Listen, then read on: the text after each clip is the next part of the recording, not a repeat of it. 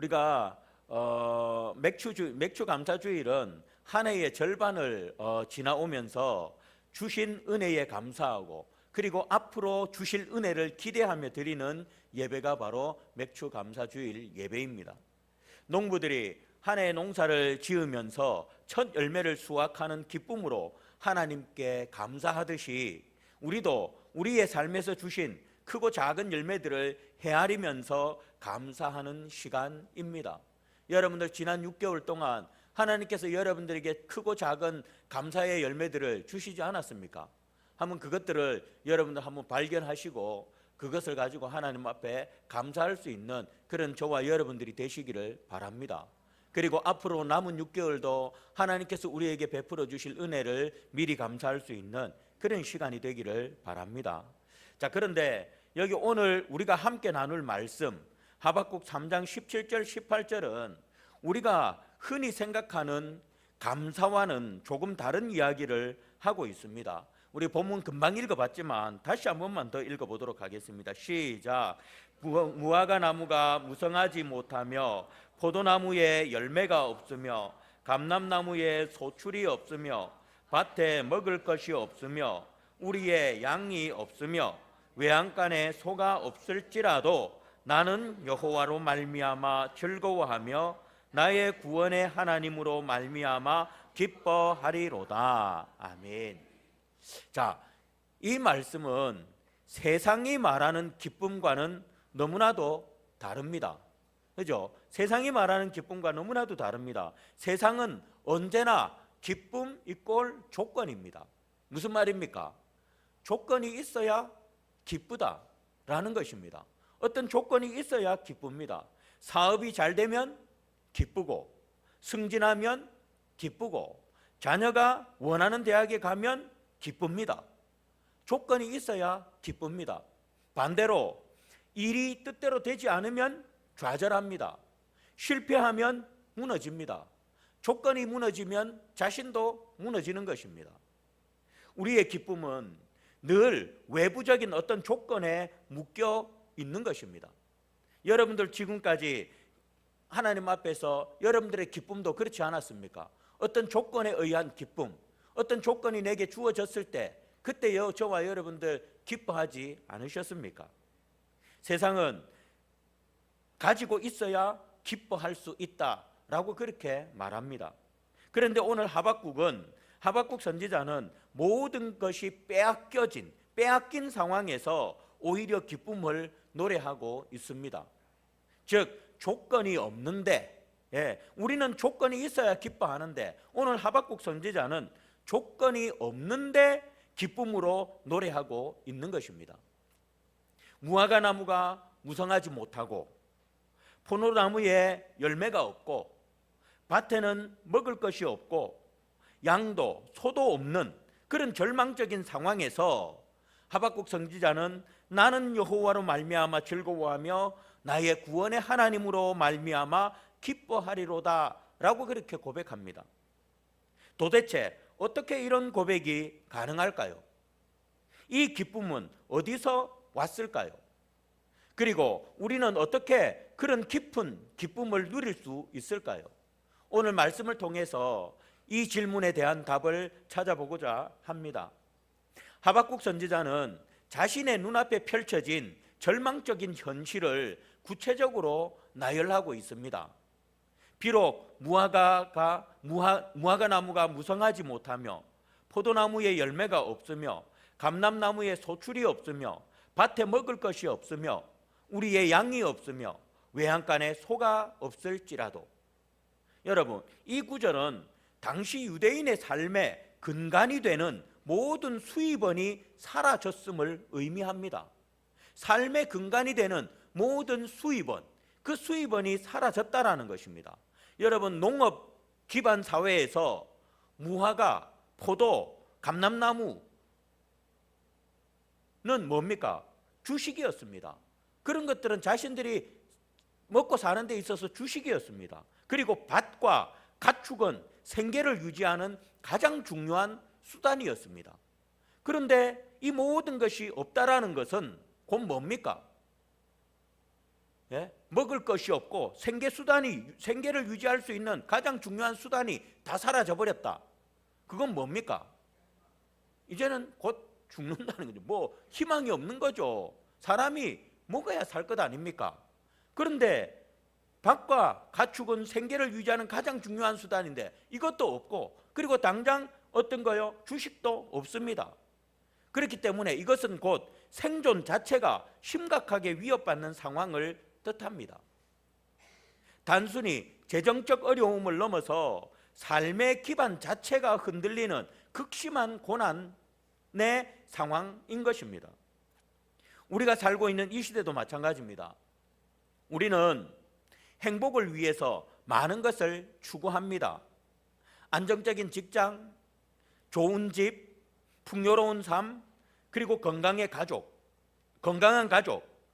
이 모든 것이 우리에게 기쁨을 줄 것이라고 우리는 기대합니다. 물론 이러한 것들이 우리의 삶에 긍정적인 영향을 주는 것은 사실입니다. 그러나 이러한 조건들이 언제나 우리에게 기쁨을 보장해 줄까요? 예화를 하나 들겠습니다. 어떤 부자가 있었습니다. 그는 평생을 돈을 벌기 위해서 밤낮으로 일을 했습니다. 결국 그는 막대한 부를 축적했고 최고의 저택에서 살면서 세상의 모든 호사를 누렸습니다. 그는 이제 행복할 것이라고 생각했습니다. 하지만 시간이 지날수록 그의 마음은 공허함으로 가득 찼습니다. 주변에서는 그에게 아부하는 사람들만 가득했고 진정한 친구는 없었습니다. 잠자리에 들 때마다 불안과 외로움에 시달렸습니다. 그는 돈으로 모든 것을 살 수 있었지만 진정한 기쁨과 평안은 살 수가 없다는 사실에 깊이 절망을 했습니다. 어느 날 그는 자신이 모든 것을 가졌지만 아무것도 가지지 못한 것 같다라고 한탄했습니다. 여러분, 우리는 이 예화를 통해 세상의 조건이 결코 우리에게 영원한 기쁨을 주지 못한다는 것을 깨우쳐 줍니다. 세상의 조건을 다 가지고 있다 할지라도 그것은 우리에게 기쁨을 주지 못한다는 것입니다. 재물, 명예, 건강, 성공, 이 모든 것은 우리가 노력하여 얻을 수 있는 것이지만 동시에 언제든지 사라질 수 있는 덧없는 것입니다. 코로나19 팬데믹을 우리가 겪었지만 여러분, 지금은 우리가 코로나19 하면 코로나 하면 별것 아닌 것처럼 우리가 여기지 않습니까? 병원도 가지도 않습니다. 옛날 같은 코로나 팬데믹 때 목구멍이 조금만 아파도 아이고 큰일 났다, 이제 나는 죽었다, 코로나 걸린 줄 알고 놀래가지고 한 대가 엊그제였습니다. 여러분, 우리가 팬데믹 시대처럼 예상하지 못한 상황이 닥치면 우리가 당연하게 누리던 모든 것들이 한순간에 무너질 수가 있습니다. 여러분, 우리가 코로나 팬데믹 때 한국교회가 어떻게 됐습니까? 당연히 우리가 드리던 그 예배도 한순간에 그냥 예배를 못 드리게 하고 또 제한적으로 예배를 드리게 하고, 또 우리의 삶도 마찬가지 아니었습니까? 카페도 못 갔습니다. 음식점도 못 갔습니다.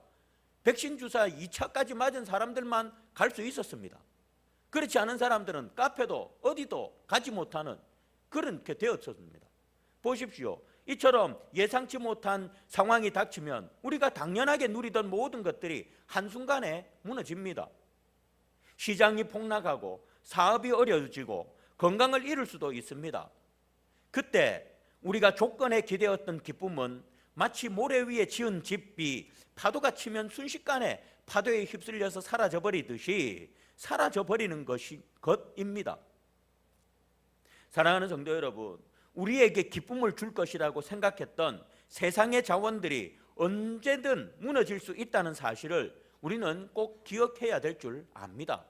지금 현재 내게 기쁨을 주고 있는 그 조건, 그것은 언젠가 무너질 수 있습니다. 우리는 이것을 기억해야 합니다. 조건에 기대는 기쁨은 결코 진정한 기쁨이 될 수가 없습니다. 그것은 뿌리 없는 나무와 같아서 바람이 불면 쉽게 넘어집니다. 그렇다면 우리는 어디에서 진정한 기쁨을 찾을 수 있을까? 오늘 하박국 선지자는 모든 것이 사라진 상황에서도 나는 여호와로 말미암아 즐거워하며 라고 그렇게 고백을 합니다. 이 고백은 그가 외부적인 조건이 아닌 전혀 다른 곳에서 기쁨의 근원을 찾았음을 보여줍니다. 사람들은 외적인 어떤 조건에서 기쁨을 찾지만 오늘 하박국 선지자는 그 외적인 조건이 아닌 전혀 다른 곳에서 기쁨의 근원을 찾았다라는 것입니다. 그것이 무엇입니까? 바로 여호와 하나님입니다. 여호와 하나님입니다. 이것은 조건의 기쁨이 아니라 관계의 기쁨입니다. 하나님과의 관계를 통해서 주어지는 기쁨입니다. 하박국은 하나님과 자신의 관계 속에서 오는 기쁨으로 인해 모든 조건이 사라져 버린 그런 상황에서도 즐거워하며 기뻐하고 있는 것입니다. 그의 시선은 세상의 불안정한 상황이 아니라 영원히 변치 않으시는 하나님께 고정되어 있었습니다. 그렇습니다. 우리와 하나님의 관계가 친밀할 때, 저와 여러분들이 하나님과의 관계가 정말 친밀할 때 우리의 환경이 어떻든 우리의 형편이 어떻든 상관없이 하나님과의 친밀한 관계가 우리의 삶의 중심에 확고히 자리 잡고 있다면 우리는 결코 상황이 어떻게 되든 환경이 어떻게 되든 거기에 영향을 받지 않고 우리는 무엇을 누릴 수 있습니까? 기쁨을 누릴 수 있습니다. 하나님과의 관계가 친밀할 때, 저와 여러분들이 하나님과의 관계가 정말 돈독할 때, 그때 우리의 상황이, 우리의 조건이 무너지든 어떻게 되든 상관하지 않고 여전히 우리 속에는 기쁨이 있다라는 것입니다. 마치 든든한 반석 위에 세워진 집처럼 어떤 바람이, 비바람이 몰아쳐도 굳건히 서서 기뻐할 수가 있는 것입니다. 그러면 하나님과의 관계 속에서 어떻게 기쁨을 얻을까? 우리는 종종 하나님과의 관계 속에서 하나님께 무언가를 받아서 기뻐하려고 합니다. 건강을 주셔서 기쁘고, 물질의 복을 주셔서 기쁘고, 자녀가 잘 되게 해 주셔서 기쁩니다. 물론 이 모든 것이 감사할 일이지만 그러나 이것 또한 조건입니다. 하나님이 안 주시면 안 기뻐하는 거예요. 하나님이 주셔야 기뻐하는 거예요. 하박국은 그 모든 것이 없을지라도 하나님만으로 기뻐합니다. 한마디로 하나님이 그러한 조건을 주시지 않아도 하나님의 관계를 잘 맺고 있는데, 그런데도 하나님은 그런 조건을 주시지 않아도 그래도 기뻐합니다. 하박국은 그 모든 것이 없을지라도 하나님만으로 기뻐합니다. 그는 하나님이 주신 선물로 기뻐한 것이 아니라 선물을 주신 하나님 그 자체로 어떻게 해요? 기뻐한다라는 것입니다. 세상에서 우리는 홀로 고군분투하는 경우가 많습니다. 막막하고 외로운 길을 걷는 듯한 느낌이 들 때가 있습니다. 그러나 하나님과의 관계 속에서 우리는 결코 혼자가 아님을 발견하게 됩니다. 하나님은 우리와 항상 함께 하시며 동행하십니다. 우리의 모든 길을 인도하시고 우리의 고통을 함께 나누시며 우리가 기뻐할 때 함께 기뻐하시는 분이 바로 하나님이십니다. 마치 가장 친한 친구와 함께 길을 걷는 것처럼 하나님과의 동행은 우리의 마음에 깊은 평안과 안정을 가져다 줍니다. 이 평안 속에서 참된 기쁨이 샘솟아 오르는 것입니다. 폭풍우가 몰아쳐도 우리는 전능하신 아버지께서 우리 손을 붙들고 계심을 알기에 두려움 없이 기뻐할 수 있는 것입니다. 그렇죠. 여러분, 하나님과의 관계가 돈독한 사람들은 늘 하나님과 동행하는 삶을 삽니다.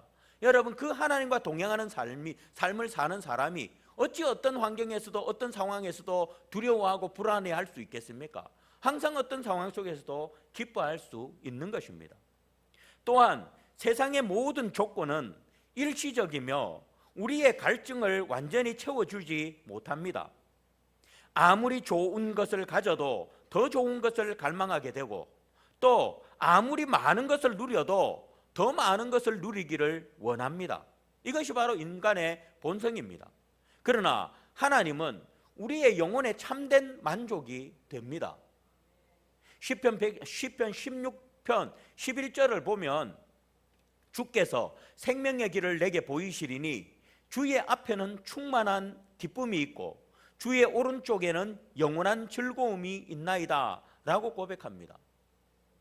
하나님 안에 있을 때 우리는 진정한 평안과 만족을 얻으며 이 만족은 그 어떤 세상의 것으로도 채울 수 없는 깊은 기쁨을 선사합니다. 마치 마르지 않은 샘물처럼 하나님 안에서 우리는 끊임없이 솟아나는 생명수 같은 기쁨을 마실 수가 있는 것입니다. 사랑하는 성도 여러분, 이제 우리의 시선을 세상에 덧없는 조건에서 돌려 하나님과의 관계에 집중하시기를 바랍니다. 여러분, 그 조건이 우리에게 기쁨을 물론 줍니다. 그러나 다시 말씀드리지만 그 조건이 무너지면 우리도 무너집니다. 그리고 그 조건은 영원하지 않습니다.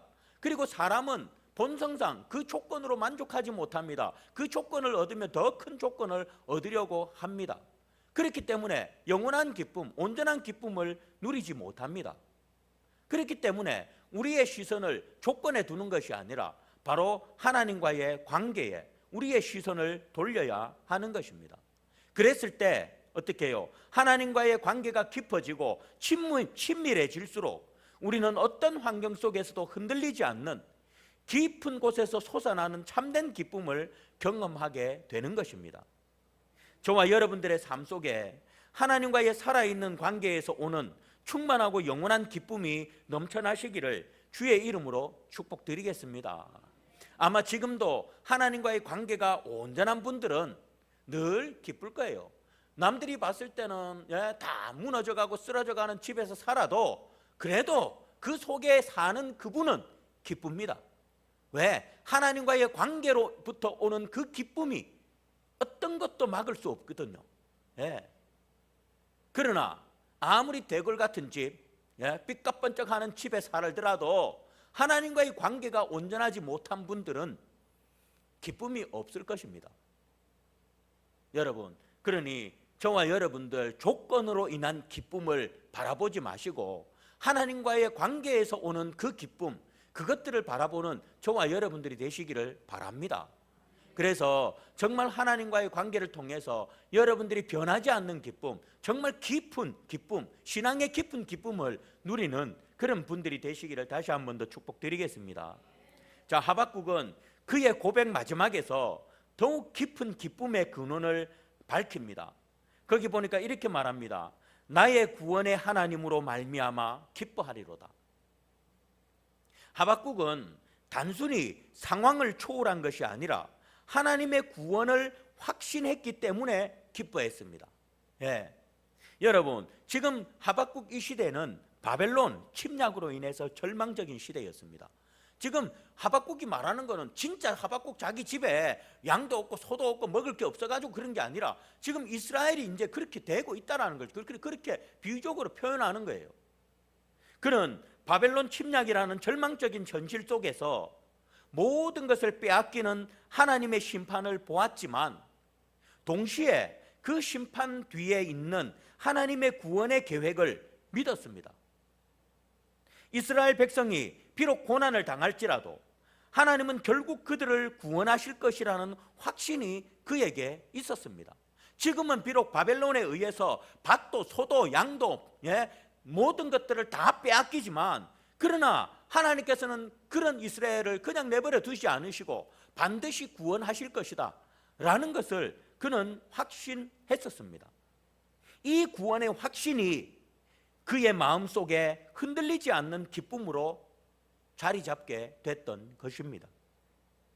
그는 눈앞의 고난을 넘어 영원한 하나님의 통치와 구원 역사를 바라보았던 것입니다.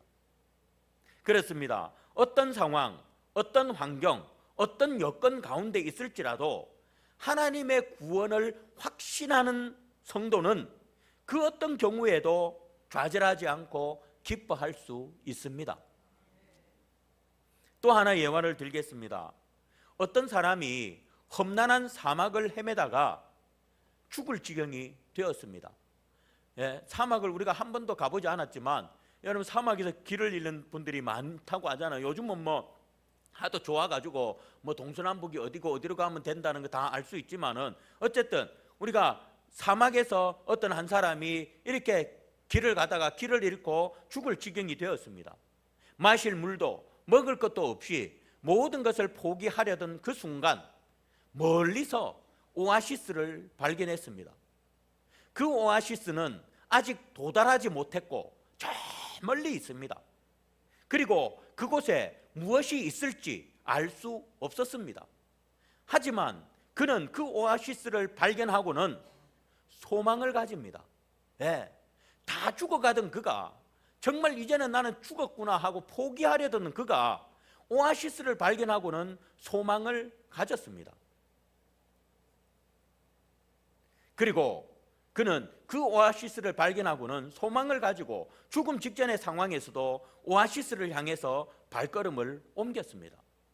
그에게는 그 오아시스가 주는 소망, 곧 그곳에 가면 물이 있어 자신을 살릴 것이라는 그 확신이 있었기 때문입니다. 그 확신 하나만으로 그는 쓰러지지 않고 나아갈 힘을 얻었습니다. 그리고 결국 마침내 그 오아시스에 도착해서 살아남았습니다. 여러분, 이 예화처럼 우리는 죄로 인해 죽어가던 존재였지만 예수 그리스도를 통해서 구원이라는 새 생명을 얻었습니다. 우리 모두는 그 구원을 바라보고 지금 신앙생활을 하고 있는 거 아닙니까? 구원이 없다면 왜 주일날 여러분들 이곳에 나와서 신앙생활을 합니까? 그냥 세상 사람들처럼 저 비행기 타고 외국 놀러 가든지 저기 차 타고 어디 놀러 가죠. 그러나 그렇지 않고 매주일마다 우리가 모여서 예배 드리는 것은 우리에게 구원의 확신이 있기 때문입니다. 여러분, 오늘 이 오아시스를 발견한 이 사람, 만약에 오아시스를 발견하지 못했다면 그에게 기쁨이 있었겠습니까? 없습니다. 소망이 있었겠습니까? 없습니다. 끝났습니다. 그런데 그는 그 소망이 없고 기쁨도 없는 그 순간에 오아시스를 발견한 것입니다. 그래서 저기만 가면 내가 살 수 있다라는 그 소망이 있었기 때문에 기쁨으로 끝까지 인내하면서 그 오아시스까지 갔습니다. 그런 것처럼 우리도 마찬가지입니다. 저와 여러분들에게 확실한 구원의 소망이 있다면 세상이 어떻게 변하든 우리의 상황과 우리의 형편이 어떻게 변하든 우리는 거기에 상관하지 않습니다. 왜? 구원의 소망이 있기 때문에, 구원의 확신이 우리 속에 있기 때문입니다.